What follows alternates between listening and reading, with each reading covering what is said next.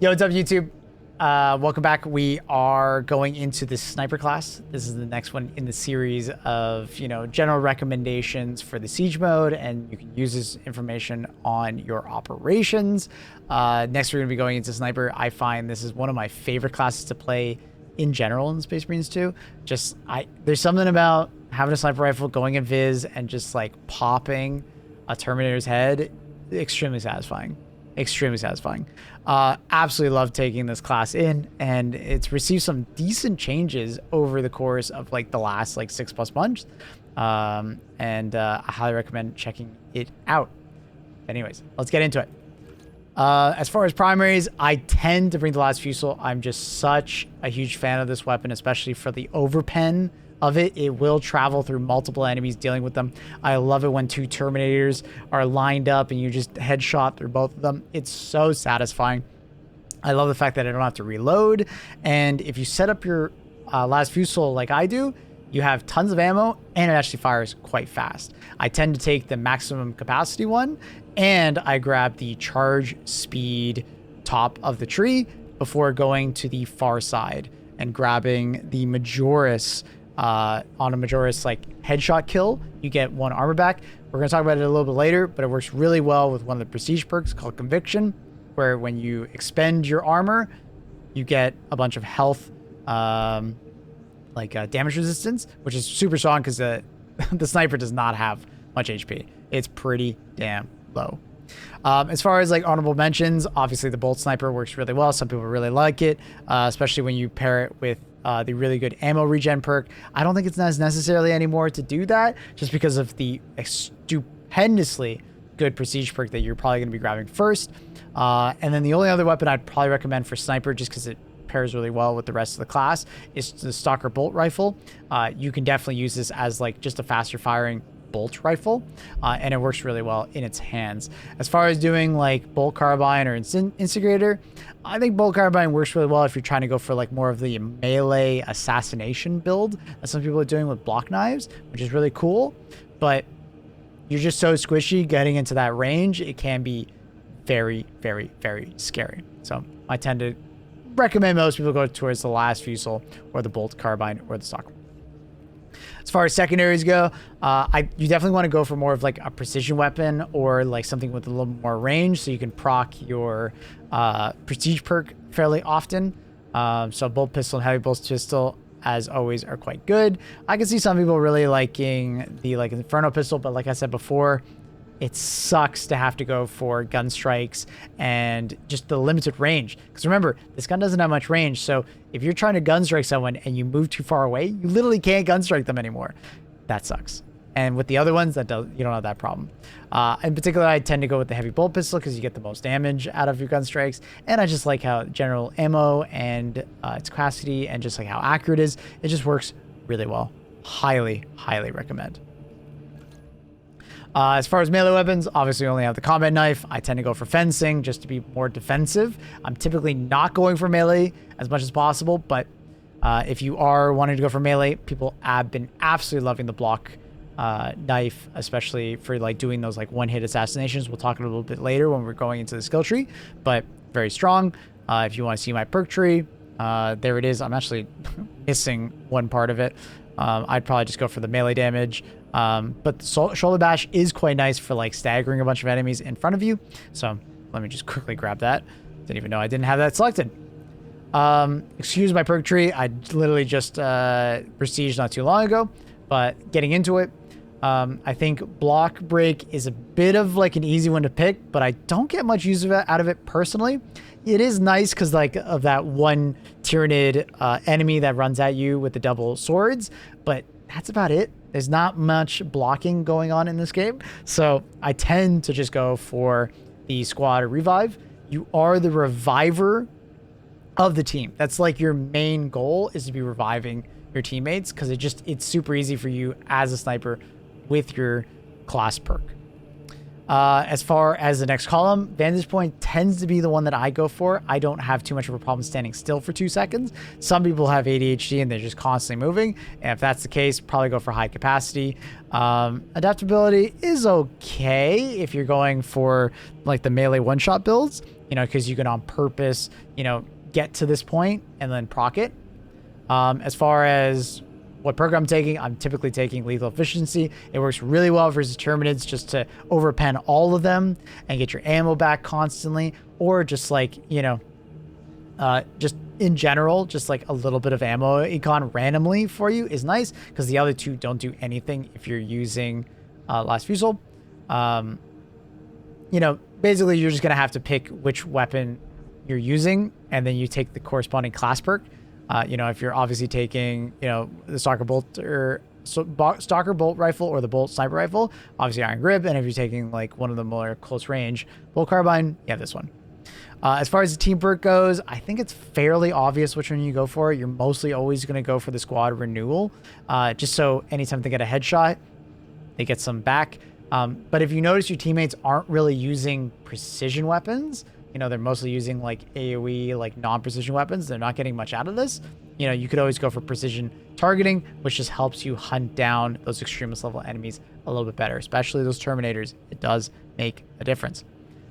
Bit of a tough decision on the first gear perk. Purification was changed to give you your contested health back, which is nuts. So anytime you take a big chunk of damage, you just spam your like cloak key, and you'll just get all that health back immediately. It's kind of like a stim. It's fantastic.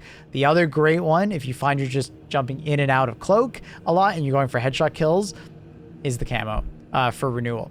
Very tough to pick which one you go for. I think most people will probably go for purification overall, but I don't think it's wrong at all to go for renewal. They're just both fantastic. Our next perk, I highly recommend going for the first ranged attack out of camo cloak. Deals 75% more damage. Fantastic perk.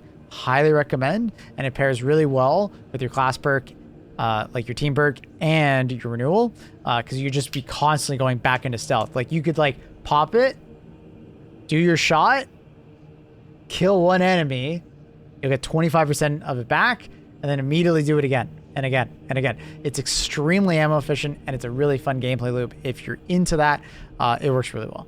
Highly recommend. As far as our last perk goes, I like to do Lingering Concealment. It just gives you more grace period in those like tough situations where you're like surrounded by everybody. You have to pop stealth, and then you're like, you need to do some damage to something to maybe be able to finish it, or just like do some damage to something and not get immediately punished as you fire your weapon. Honorable mentions are like, you don't get knocked back when you exit your cloak, which is cool. And then you take less health damage when you get out of your cloak, which is cool. Hard to say, but I personally just always go for Lingering. It's personally my favorite. As far as signature, I do think some people that are newer to the game will probably really enjoy the Death Prevent, essentially, for Emergency Override. This does proc, very reliable. And it does save your butt quite often because of how low your health and armor is on Sniper. But I gotta say, I think going for Pattern of Excellence is extremely good.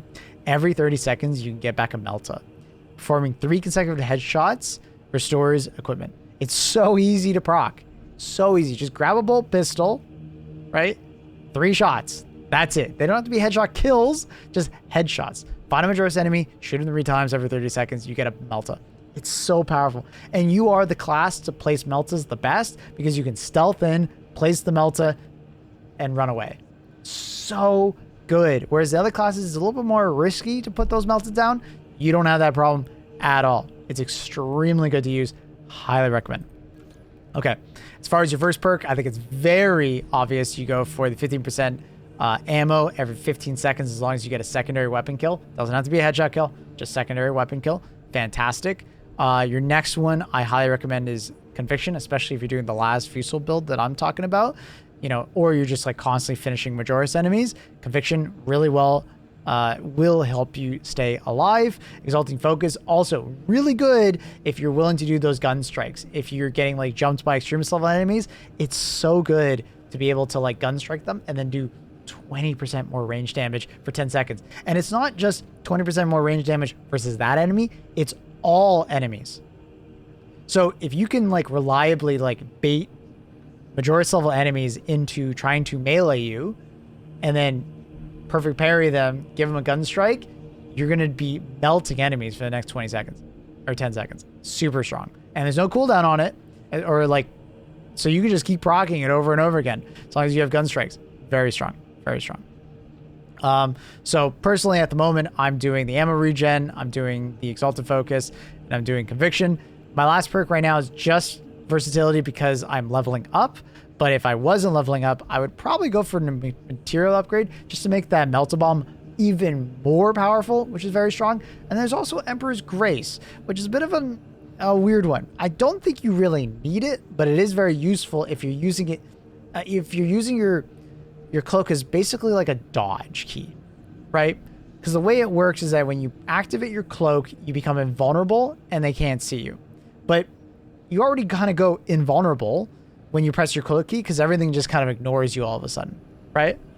So this is only really great for those situations where there's like an AoE on the ground, if there's an attack that you know that's coming and you're going to kind of dodge it via Emperor's Grace. So it does work really well, but you kind of have to use your cloak in a very particular way to get the most out of it. Personally, I don't know if I'm going to use it, but I'm going to use it a ton, but I do like the idea of it quite a bit. And I do think you could probably find a bunch of situations where, hey, it's useful. Anyways, that is my sniper guide for siege mode and operations. Just a like quick recap on like how I would really, try to play sniper is like focusing on Majoris, Extremis, and bosses. Yo, what up, Raiders? We're just gonna finish this YouTube video real quick. When you're dealing with those three enemies, your team will thank you immensely because you can destroy Majoris level enemies very easily. If you see a bunch of Tyranids coming at you, tier 1s are kind of the bane of your existence, but try to focus the Majoris enemies. And remember, the Minoris will just fall over when the Majoris next to them dies. Highly recommend doing that kind of gameplay style and finish your Majoris enemies if you notice they're not going to get finished. But try to leave them for your teammates to be able to finish them. It's great armor for them to be able to do that. Especially if you have a Vanguard teammate, it pairs really well with a Vanguard because the Vanguard will just start, grappling in and grabbing all these different enemies for you. And it's like super strong for them. I highly recommend it. Definitely try to use your stealth for like buying in the shop. You can be invisible while buying in the shop. Highly recommend that. Use your stealth to get out of bad situations. It does kind of suck that your teammates are going to get more aggro because of it. But if you don't have aggro and you can just pop heads, it will help your teammates even more.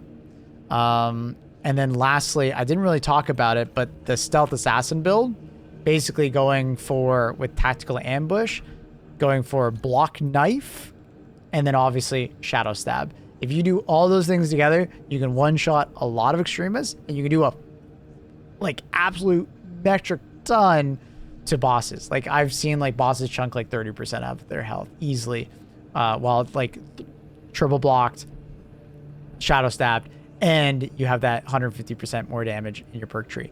Extremely powerful. Highly recommend. So that's my guide to the sniper class. That's my overall thoughts on it. We will be touching on bulwark and assault next, but I haven't quite had the time to level them up yet and play with them, but I will be heading into those soon. Much love, YouTube. If you haven't already, do consider dropping a like on the video and also dropping a sub on the channel if you enjoyed it. If you haven't noticed, we've also been live while I've been recording this, so come on by the stream if you're looking for those SM2 drops. We have the bolt pistol, the Titus chainsword from the first game, and I believe the last one is the helmet, the old Space Marines helmet. So yeah, much love, YouTube. Thanks for watching. Peace out. Enjoy the rest of the gameplay of the sniper class. Peace. Games who do cosmetic DLCs and then you have to pay for content as well. A Call of Duty, as you will. Look at Black Moon through Kong. No cosmetics, still $1 billion. Instead of milking people.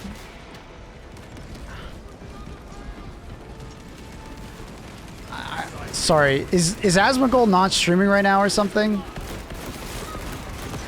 I feel like this is just like a rage bait. I don't know. I'm at that point where I'm just like, bro, you see the difference between the games, right? Like,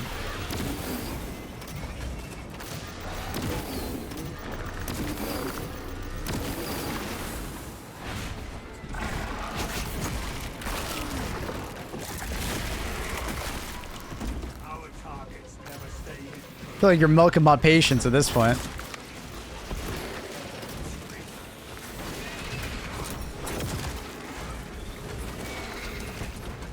It's like talking... It's like I'm talking to someone who had like shower thoughts about this for the last like 2 years, and like they're using all of the one-liners that they thought about in the shower in like one argument. Do you know what I mean? They're just like one-liners. I don't know. It's really hard to have a conversation with like this.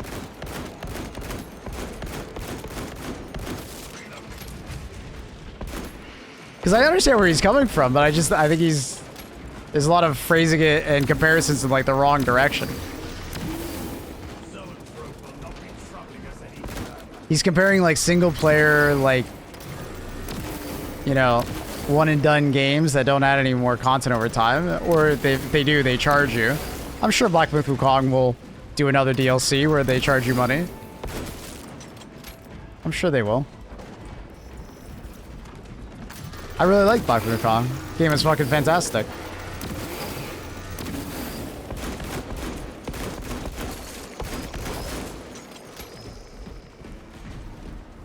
Do prove a lot that big publishers are bullshitting us with the price of monetization for mid at best games, though I will say the games are more delayed and better now genuinely.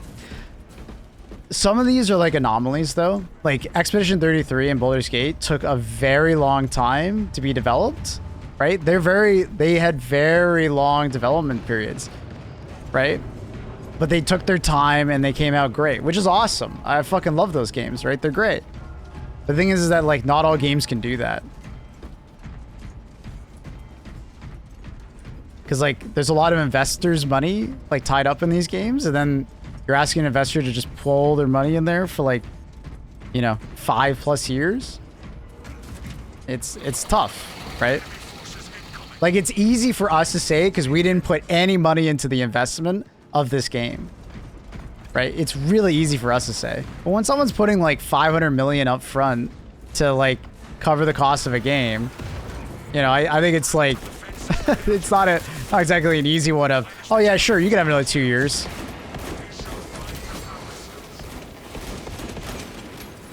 It's easy to say that about the games that you like know are gonna be good, but like not all games are gonna be good, man. Look at Mind's Eye. Oh, you know?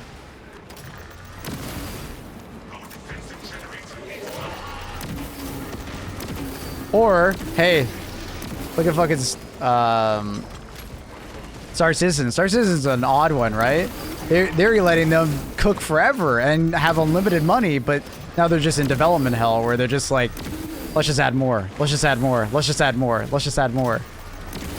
It's like bloatware. You just gotta keep adding more and more and more.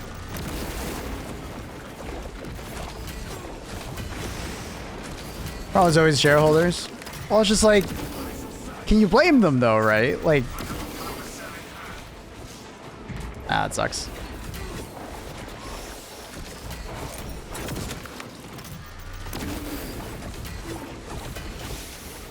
Games are fucking expensive to make. They're like way more expensive than they used to be.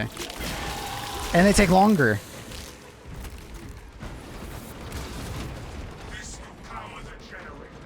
And the more being asked for by investors or devs, the more is the developers.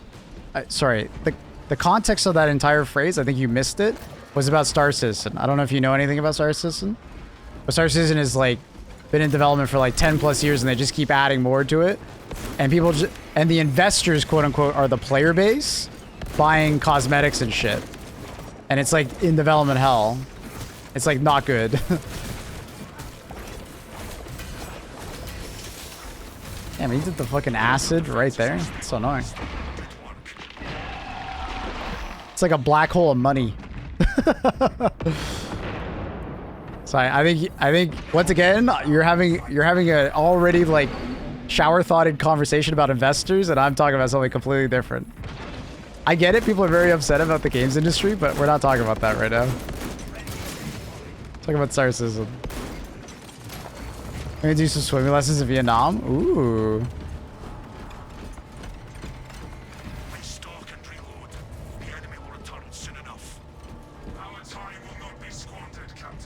Did they bring out like a 10,000 ship bundle? Yeah, 10K. Yeah, it was crazy.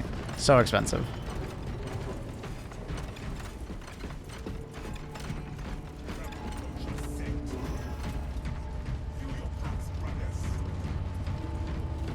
I've put $40 or something like that into Star Citizen. There's like a really early adopters pack like 10 years ago. I said goodbye to that money.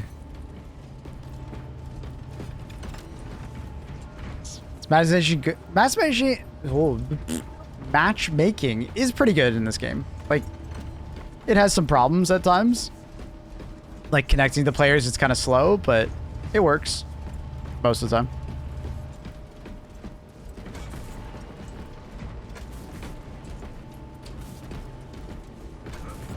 Oh, Gears Vet's back.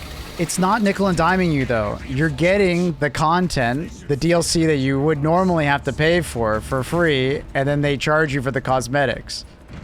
Most gamers like this, Gears Vet. Most people enjoy this.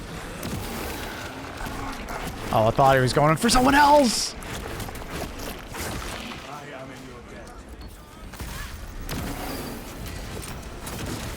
Good for Bubs? Yeah. I think you can pub pretty easily. Going to like the harder difficulties might be a little challenging.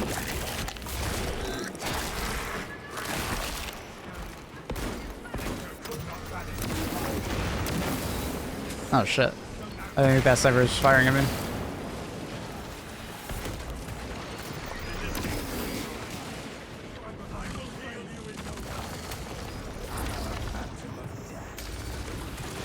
It's removing content that should be in the game and selling it on the side for more money. But in a funny way, you can make that same argument for DLC in general. People have been making that argument for a long time. Or they make that same argument of it's just content that's repackaged as DLC. If I'm being a devil's advocate, look at the Elden Ring DLC. A lot of it is stuff that we've already seen in the base game, right?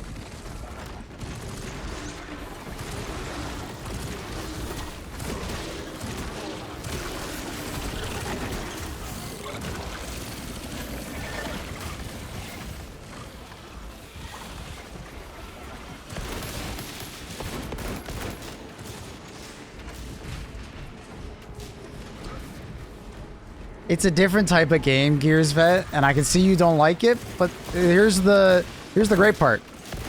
You don't need to play it. You can let us just enjoy it.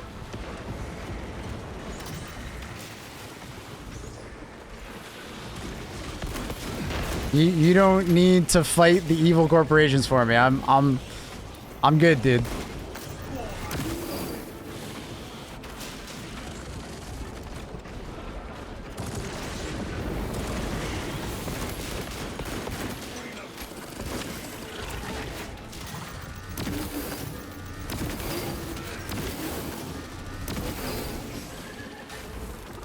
What he's saying is you get all the additional game modes and missions for free. You don't have cool cosmetics. You don't have to have the cool cosmetics. Yeah, thank you. Yeah. A lot of people are totally fine with that.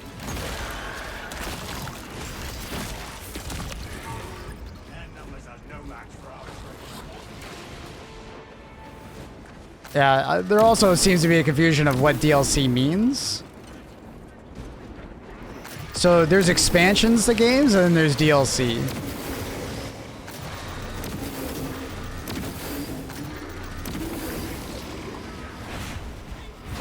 In my view, DLC equals expansion. But that's not how that works. I understand you've made that up, but that's not how that works. DLC is anything you download in additional to the game. Now, some DLC, quote unquote, you know, over the last year has been added to this game for free, right? But it's the playable stuff, right? The playable stuff, the actual stuff that is like the meat and potatoes of the game is completely free and no charge, right? The cosmetics over the year have been added, right? I understand you have a massive issue with that, and I understand where you're coming from, but like, I would rather it be that way than the inverse, right? Because personally, cosmetics are cool and all, but I don't really care that much about them.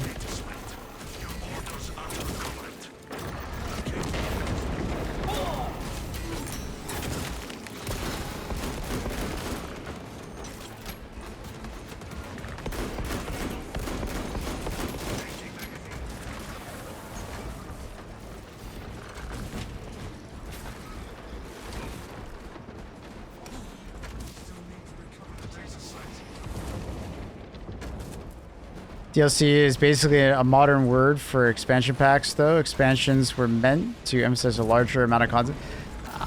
That's a generalization, though. That's not actually how that works. DLC is literally just down. It's like very literal. It's you're downloading extra content. Some DLC is free, and it's included in patches for free post-release, and some is paid DLC. That's why they usually have the distinction of paid DLC.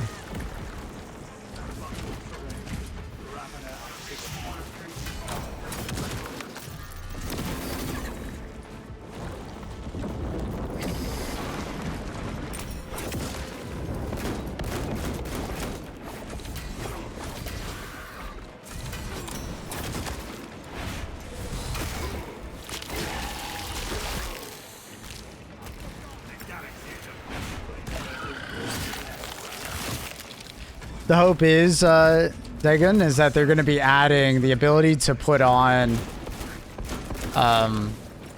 like the salamander stuff and like mix and match with it.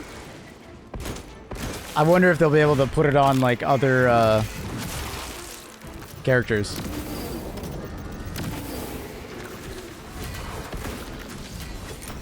DLC is a funny distinction now in the era where we don't have to download games. We still have to download games.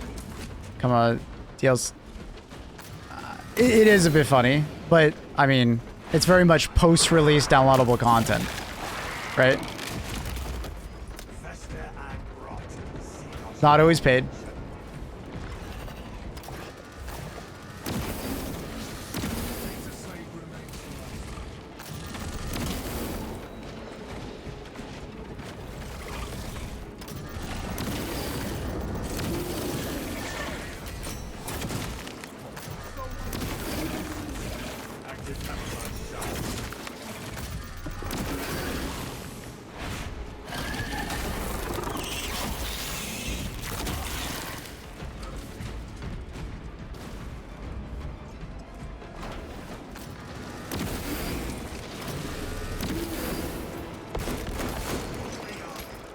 I just love that we're having this like argument like a year after the game has come out almost about the season pass. So, I don't know, it's funny to me.